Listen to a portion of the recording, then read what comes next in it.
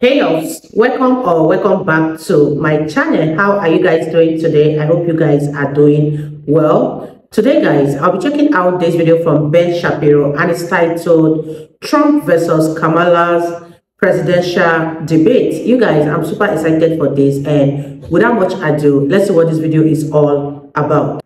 Folks, Donald Trump and Kamala Harris just went toe-to-toe on the biggest political stage in the world. Let me tell you, the real battle is actually just beginning. Daily Wire is right on the front line. So now would be an amazing time to join us in the fight. For a very limited time, get 47% off new annual memberships. Why 47? Well, that's because that's what the fight is about. The 47th presidency of the United States. Use code FIGHT at dailywire.com/subscribe. That's dailywire.com/subscribe. Code FIGHT. Get 47% off new Daily Wire Plus annual memberships. So here's my take on this particular debate.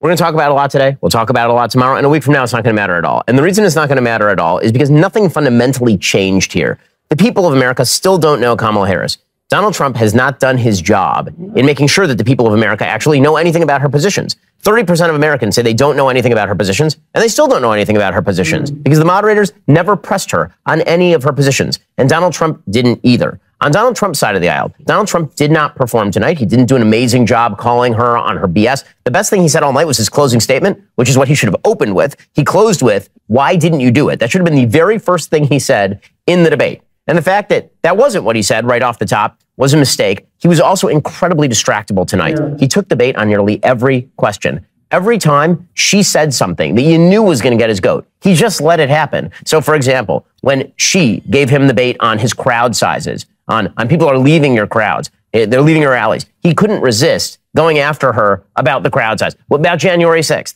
About the election of 2020? These are all distractions. The only thing that mattered tonight for Donald Trump was defining her, and he did not define her, which means that I still check the calendar. We still have a couple months till the election. She is going to have to be defined. The big takeaway from this is not going to be about Trump, who still remains Trump. And it's really not going to be about Harris, who performed the best I think it's possible for Kamala Harris to perform, which is to say, she was fairly obnoxious. She lied a lot. She said a lot of things that were untrue. She was never called on any of that. The big takeaway is going to be the continued destruction of the legacy media on behalf of the Democratic Party. The legacy media have decided, full scale, they are now apparatchiks of the Democratic Party. They are so far up Kamala Harris's ass that they're doing active colonoscopies with their eyeballs. It's unbelievable watching David Muir ask questions to Donald Trump like, "Why are you so bad and orange and mean?" And then turning to Kamala Harris and saying, "And why is he so bad and orange and mean?" It's absolutely insipid and totally insane. The media tonight were beyond the worst expectations that I had for them. I thought that they were going to do like a baseline creditable job because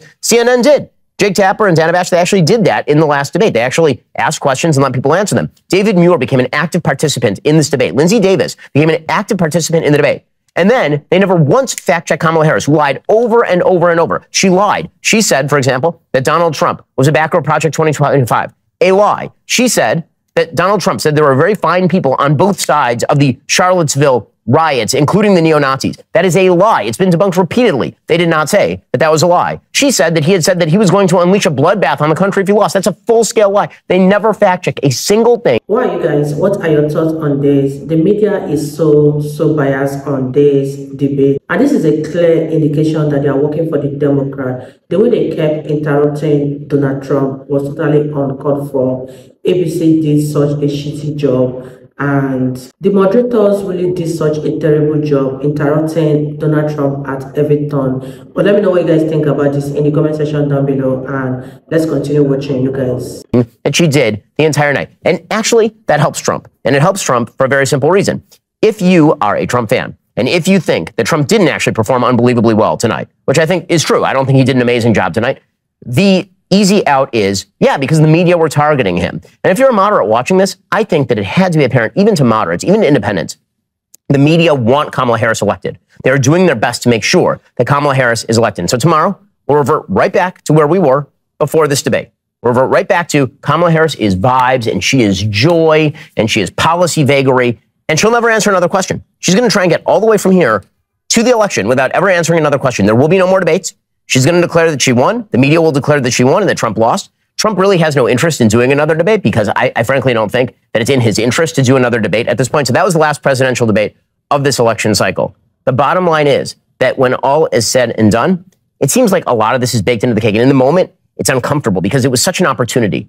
You know, if you're like me and you're sitting there, you're like leaping out of your seat. Why won't he just say it? Why won't he just say it? It's very frustrating. She will say something about how race shouldn't divide us. And you're sitting there going, what the actual living, like you are a case in point of a person who divides based on race. It's what you do for a living. It's how you became vice president of the United States. She will say things about Afghanistan. They'll ask her about whether she has any regrets. And she'll say no.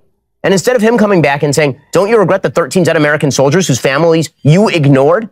You're just waiting for him to take the opening. But the problem was that he had been set off earlier in the debate. He was incredibly distractible. He was following every squirrel down every particular rabbit hole. Again, the best moment I thought of the debate for Donald Trump was that closing statement where he finally laid out the big question. If you say you have all these big plans, why don't you do any of those things? But in the final analysis, I can be pissed at the media. I can feel discomfort with how the debate went tonight.